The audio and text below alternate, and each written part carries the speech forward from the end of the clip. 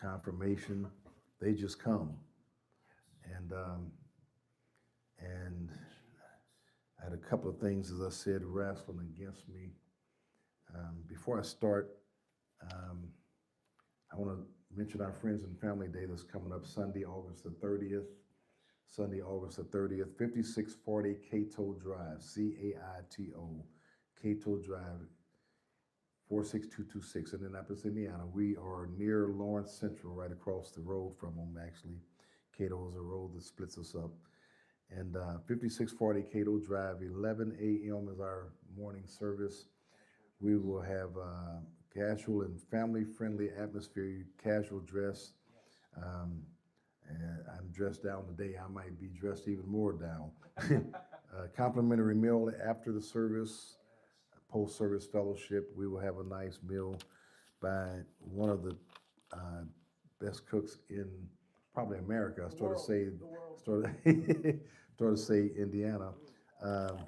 You can come to My Place Eatery. Amen. You can come to My Place Eatery. 5640 Cato Drive, August the 30th. But you can come before that. You can come next week, and we invite your presence to our services, and we're going to start our Bible studies up in September. We took a summer hiatus, but we're going to be back at it. There's a lot of things turning over in my spirit that needs to be out there, and I was talking to someone the other day, it was just yesterday, and I said I'm probably going to get on Facebook and just offend a lot of people because some things need to be talked about that people don't want you to talk about, and the reason they don't want you to talk about it is because their life it catches them wrong. That's a whole nother story, but it wouldn't catch them wrong if they could do some work before. I highly believe in preventive maintenance. Doesn't always work for me because I don't always adhere to my own rules, but there's no need of you going to get your oil changed in your vehicle when you hear your engine knocking. It's too late. You already need a motor. You should have got your regular routine maintenances before that. It would have staved off locking your motor up or a bad engine, and that's terminology maybe for a man or some women. Some women know more about cars than men. But I want to invite your attention to the 13th chapter of the book of Genesis, and I want to talk about something this morning, actually, that we all are responsible for, first of all, and then guilty of. The 13th chapter of Genesis, I'll start with the 7th verse. Genesis 13:7 reads in this manner: There was a strife between the herdmen of Abram's cattle and the herdmen of Lot's cattle. And the Canaanite and the Perizzite dwelled then in the land. And Abram said unto Lot, Let there be no strife, I pray thee, between me and thee, and between my herdmen and thy herdmen. For we be brethren. Is not the whole land before thee? Separate thyself, I pray thee, from me. If thou wilt take the left hand, then I will go to the right. Or if thou depart to the right hand, then I will go to the left. And Lot lifted up his eyes and beheld all the plain of Jordan, that it was well watered everywhere, before the Lord destroyed Sodom and Gomorrah, even as the garden of the Lord, like the land of Egypt, and thou comest unto Zoar. Then Lot chose him all the plain of Jordan, and Lot journeyed east, and they separated themselves the one from the other. And you may be seated in the house of the Lord. And the Lord has shown himself this morning to be the house of the Lord. I don't know when we are going to get over the meeting place. I've been on the street with a whole bunch of rowdy, wrong stuff. Cat corner to liquor stores where they're constantly running up in there drunk, and God has still shown his presence. And so God can show his presence anywhere. Um, but this morning I want to talk to you about the thought of the self-inflicted test. Self-inflicted test. Make no mistake about it, this message, I'm going to get right to the crux of what this is about so you don't miss it or a possibility of missing it. This message this morning is about decisions. Decisions. Decisions is something, as I said earlier, that we all have made. You and I, if you've lived in this life, and you have, obviously you're sitting here, you've made some great decisions about many things. That was a good decision. I decided to go to college. In my case, college is not for everybody, university, and I got a degree in the thing that is really me. There is a demand for it after I got out of the university, because sometimes there isn't. And it is very lucrative. It makes good money. I made a good decision there. I made a good decision when I decided to take that job instead of another job. And then there are the decisions that we make that are not so good. If you go to Hollywood, it does not have to be raining if they want to do a rain scene. They know how to, there was a movie made out of our church, or it was a movie made, and they used our church for the scenes, a very good movie. And I was there the night they was doing some of the shooting, the filming, and it was interesting to see if you've got the right props, you can create just about any kind of scene that you wish to create. In Hollywood, it could be a bright and a sunny day, but you need a storm scene. They have props, they call them in Hollywood, that will make the wind blow, giant fans. They have props that will make it dark. They have props that will give you the imagery or the thinking, the thought that it is lightning outside when it really isn't. They know how to make storms, self-made storms. I look at the children of God and I think about how many times what we are dealing with in life that is down in the negative is a self-inflicted test. There are people that have cleaned guns, their own gun. They're in the privacy of their own living room. And they do something not quite smart, and some kind of way while they're cleaning their gun, they shoot themselves. A self-inflicted gunshot wound. Yeah. Some people have even died from self-inflicted gunshot wounds. They didn't have an enemy. They didn't have a person, not another soul in the room, as we say. They was in there all by themselves, and they caused this. Sometimes the decisions we make cause us to have self-inflicted tests. I did this to myself. I can't blame anybody but me. As a matter of fact, I told somebody yesterday that you'll gain wisdom and knowledge about something if you learn from what you have done or the bad decision you've made, and you say, I'm never doing that again.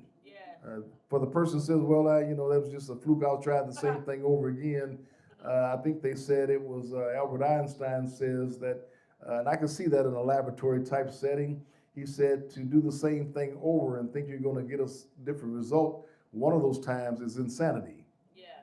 So here we have Abraham that is talking to his nephew Lot.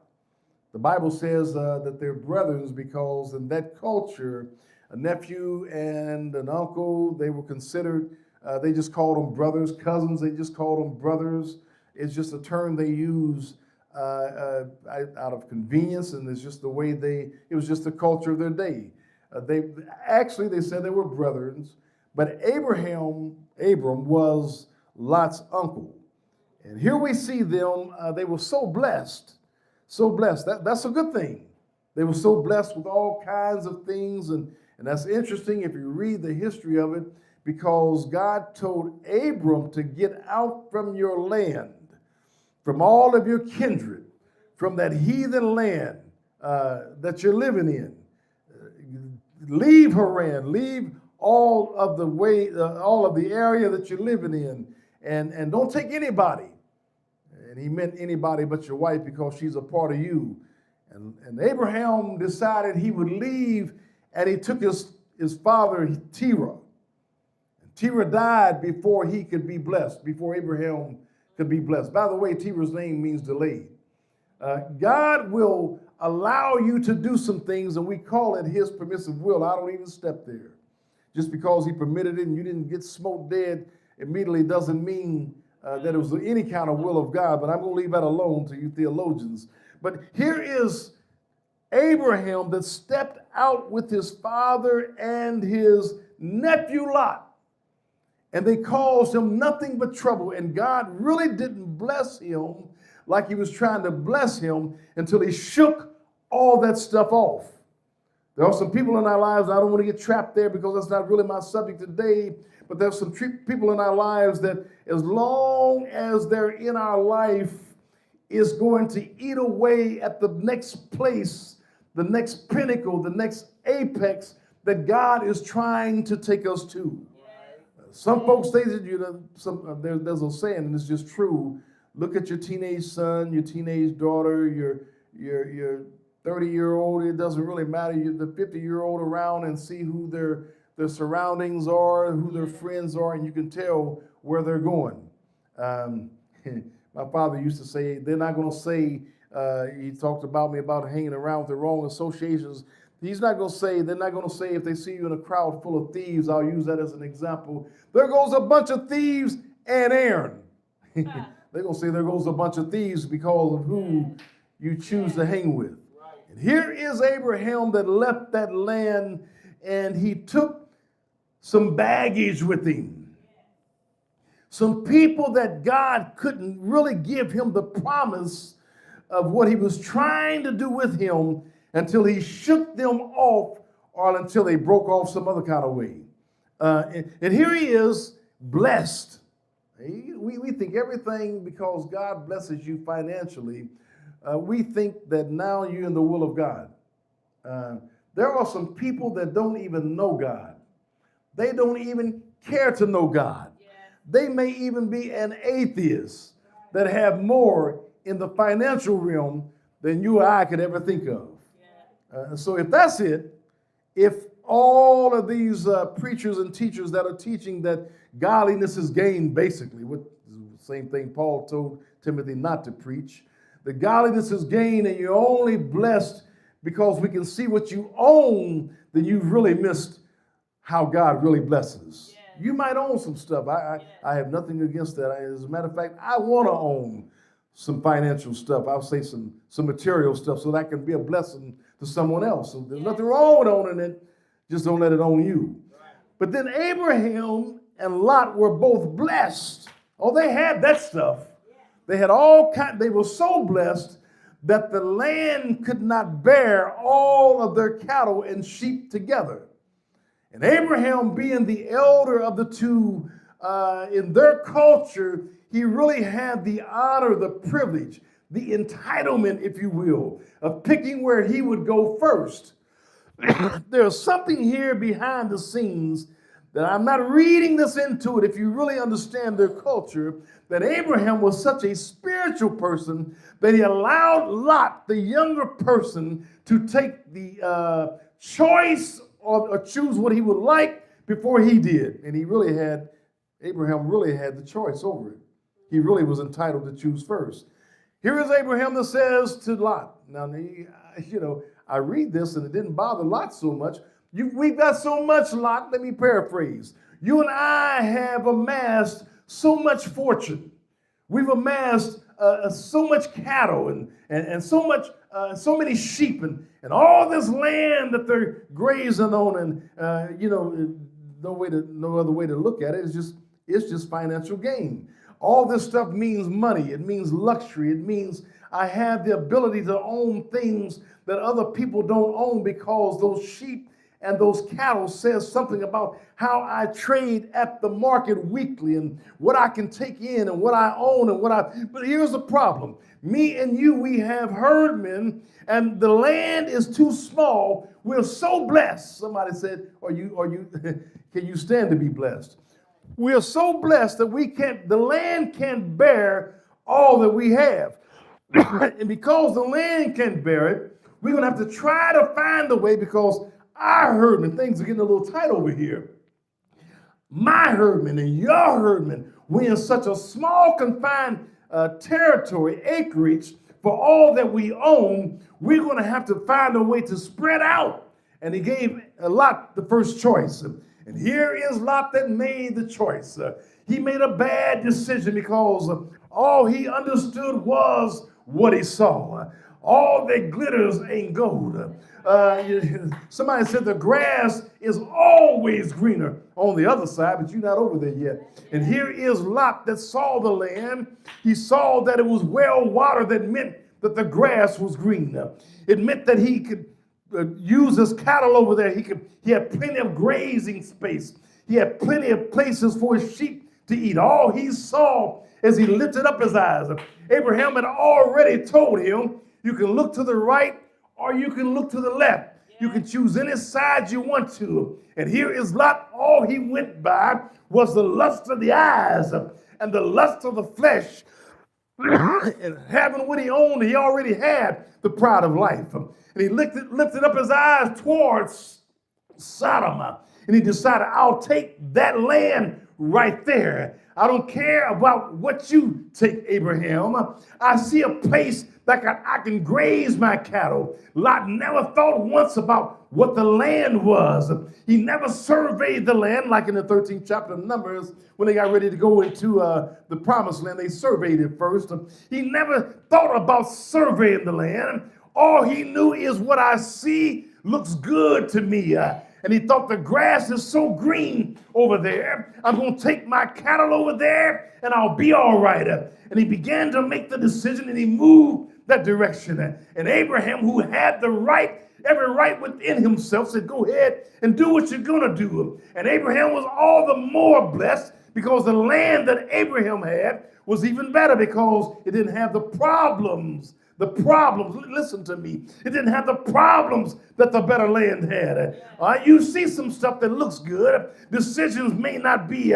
You got to run your decisions through some kind of mental list.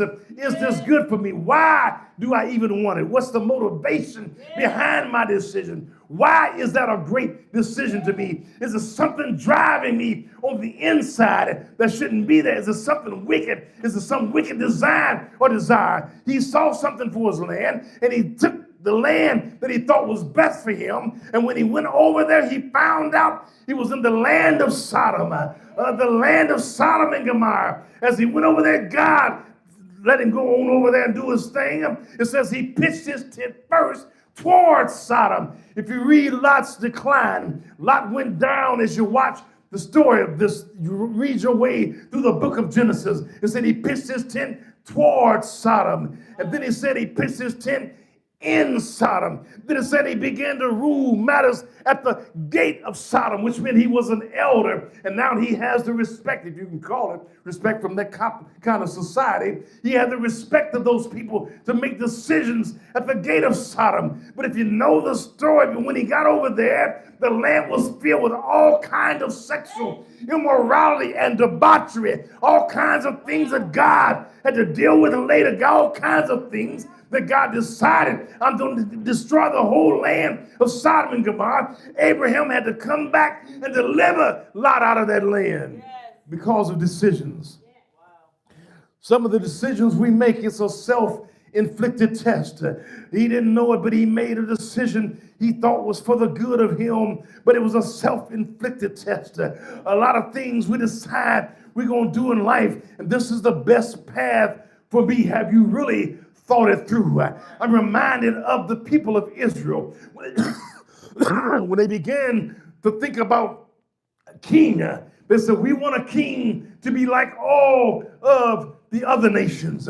All the heathen nations have a king, so we want a king.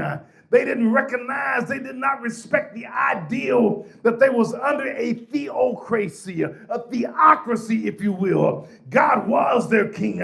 He wasn't good enough to be their king. They decided we want a man king. And God began to tell Samuel. Samuel was most disappointed with them and frustrated. He said, they rejected me. And God told Samuel the prophet, they didn't reject you, they're rejecting me. But they're just using you to get to me, if you will. So they made a king, but before they made the king, God told them all about this king that they would have. They said this king would be all for himself. The decisions he would be for, that he would make, would be for all that he possessed. It would be to build up his empire. He won't fight for you like you think of. And yes, he was a nice looking king in that he stood head and shoulders above every man. He looked kingly. He looked like the land of Sodom, if you will. He looked like the one you want heading the nation of Israel. But everything on the inside of him made him not the one. He just denied God, and he ended up sinning against God. He was not the king that you thought he was. After he got in place, bad decisions. It took the whole nation of Israel down 40 years under the king because of a decision they decided to make. Now you got to live with your decision. Now you got to live through this. How are you going to get free from the decision that you've made? The decision, a self-inflicted test. The whole nation of Israel in a self-inflicted test. Here is Lot in the land of Sodom. He lost everything. He lost all that he possessed. He lost his wife. His 3 daughters came out with him. Oh, that's a whole nother story. His 3 daughters and his wife came. They were married. They were married in a land of homosexuality. Y'all don't like to talk about that. God doesn't address it, you see. You got to love people. You got to love them. Yeah, I love them. Yes, I do. I love everybody. I love the homosexual society. I do. I have no problem as far as me loving them. It is what it is. I can't. You know what? I learned a long time ago as a pastor. Folks are not going to love me to death, and you're not going to get on my nerves. I've learned that there's something I can't change. And if I needed it changed, I needed change in me first. And I can't change hearts. Wherever your heart is, that's where your heart is. And you're going to follow what your heart says to do. So why should I worry myself to death about it? I can't change nobody's heart. So it is what it is, as they say. So here he is in the land of sexual immorality. All kinds of things are going on in this land. And as he begins, this one bad decision catapulted and snowballed into other things that went wrong for Lot. Lot began to live his life in this land filled with debauchery. He made decisions at the gate in this land. And when God began to deliver them, the angels came over into the land of Sodom and Gomorrah to deliver them. And when the angels came, these gay guys looked at the angels and saw something they thought they might like. You better stay away from them. You don't know who you're messing with there. You don't know who you're messing with there. Anyway, they got through that situation, and it was time for Lot to be delivered. And Abraham begins to beckon and do what I call the auction of souls. He said, if you find 50 folks, would you destroy this land? Couldn't find 50, couldn't find 40, couldn't find 10.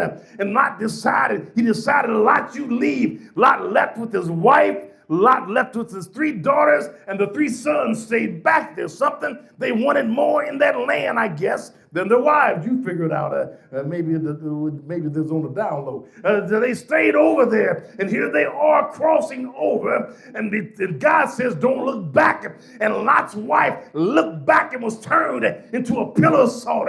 There is something about coming out of something, but your heart's still there. There's something about I can deliver myself, but I still desire or want what's back there. She looked back So I don't know if it was her furniture. I don't know if it was her couch. I don't know if it was her finished floors, her finished roof. I don't know what it was, but she looked back, and I think it's an uncanny thing. God turned her into a pillar of salt. He didn't turn her into a pillar of stone. He didn't turn her into a pillar. He didn't turn her into a pillar of cloud. He turned her into a pillar of salt, a pillar of salt. And I've often thought in my mind, ye are the salt of the earth. And I can't get a living, willing testimony out of Lot's wife's life. So I'm going to turn her into salt. And one thing you're going to remember about me, I turned her into salt. It's a witness and a testimony that what you're doing is wrong, what your heart is wrong, what your desires are wrong. You're looking back. I got a testimony and a witness out of her death through being a pillar of salt since you look back. He had a problem. Just one bad decision snowballed into other bad decisions. It don't stop there. Don't stop there. Because over in the 19th chapter of Genesis, a lot of stuff happens. I often say jokingly, but I'm serious when I say it. If you like soap operas and you think the Bible's boring, just pick up the 19th chapter of Genesis. A whole lot of stuff goes on in the 19th chapter of Genesis. This thing snowballs. This one bad decision. I decided I'm going to take that land called Sodom. I'm going to bring my cattle over there. We're going to be just fine now. I got everything to cover me. That's in the flesh and that's in the natural. You did not think this thing through, Lot, because as they went out of this land, she was turned, the wife, the mother of these three daughters was turned into a pillar of salt. As they came out, I think it's two daughters actually, he took these daughters, they got him drunk, and they both got impregnated by Lot on the way out of the city, or after getting out of the city. The Ammonites and the Moabites was made out of that particular relationships. They had two heathen nations come out of this. It goes down. One bad decision causes sometimes other things to happen. I wish I could always make the right decisions. I wish, I'm speaking for myself since you won't let me speak to you. I wish I could always do the right thing. I wish my heart was always in the right place. Every decision's not perfect. I'm not perfect. You're not perfect. Some decisions we make will take us down. And if you're not careful, you'll be living it out the rest of your life off of a bad decision. Self-inflicted test. He said he chose. It's all in the 11th verse. Then Lot chose him. All the plain of Jordan. Hey, there's another thought here. The plain of Jordan. Plains meant he had no mountains to climb. This is just so easy. It's so convenient. I can take all my cattle, just walk them straight across the land. It's a plain. No mountain, no valley, just a plain. Just so perfect. Zerubbabel, it's over in the book of Zechariah. He says, you see a mountain, but God can make it a plain. Plains are good in their right perspective. And Lot journeyed east, and they separated themselves, the one from the other. Abram's going to be blessed again. Abram grew and grew and grew. All of his cattle, that continued to grow. Not a lot. I wonder sometimes if me, you, something we should have done different, could have done different, made some different decision. Now I'm living out a living nightmare because of one or two bad decisions. And I found out two wrongs. Y'all's edition might be a little different than mine. I found out two wrongs don't make a right. Some of y'all, you just keep making bad decisions. Right. Self-inflicted test. I'm in a test. It's black. It's dismal. But when I look back, I'm the cause of this. Me. I was looking in the 7th chapter of Romans. The things that I would do, I should say should do. I do not. The things that I do, I should not do. And it's I. A lot of stuff in there with that 7th chapter of Romans with I stuck in there. I is that one alphabet in the middle, stuck in the middle of the word pride. Pride. I've seen some proud folks make some bad decisions. I learned a long time ago, everything's not for me. I'm happy if you got it. I have no problem with that. It's just not for me. I don't even desire it. Some of the tests we go through, you have to go check it out. Now you're gonna go through some stuff. Now, all of them are not self-inflicted. Maybe I should have started there. You're gonna go through some stuff anyway. But then the flip side to that is whatever test you go through, let me leave you on a positive note.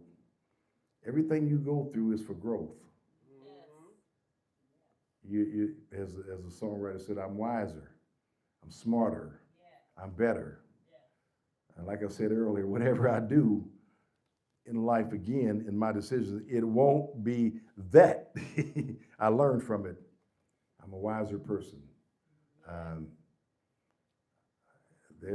I'd like to think I'm going to make all the right decisions after leaving here today, but you got to run them through a process. Why do I even want that? What good is that for me? What will that do for my walk with God? How's that going to enhance? Is that going to bring me closer to Him? Or is it going to take me further away? Everything I decide to do is not just me, I, my. It's very easy to be in a test that you yourself caused. So James said, when a man is drawn away of his own lust and enticed, then it brings forth sin. When it is finished, it brings forth death. A pile of money on the front at the bank and the person walks away. I can only speak for me. That's not a test for me. Too many cameras around, just too many variables for me. That was too easy. I used to work at the post office occasionally as a clerk. Occasionally you send an envelope open with a bunch of money in it. And we was always told that's a test. Didn't turn me on. I take that envelope up to the supervisor, and found this open. They take it to somewhere called Patch and Seal at the main office. Wasn't my job to seal it up, wasn't my job to do none of that. You could say I took some money out of there if I sealed it up. No, I'm good. No, I don't. And they have inspectors up in those cubicles. When we moved into one building, they hadn't rehabbed it yet, and they let me go up in one of those things. They run all around the post office. Some of y'all don't know it. You don't really need to know it. Postal inspectors are pretty detailed. I sit in on the trials of juror, and I don't know what this man's thinking was, but he said, police, they're dumb. I'm not worried about them. He was on a mail fraud thing. He said, the FBI, they're stupid. He said, it's those postal inspectors you got to watch. He was there doing 100 years. I didn't know that before the trial. He was already doing 40, 50 years on some other trial he lost. They don't tell you that. They can't tell you that. Self-inflicted test. Did you do it yourself? Can you get out of this?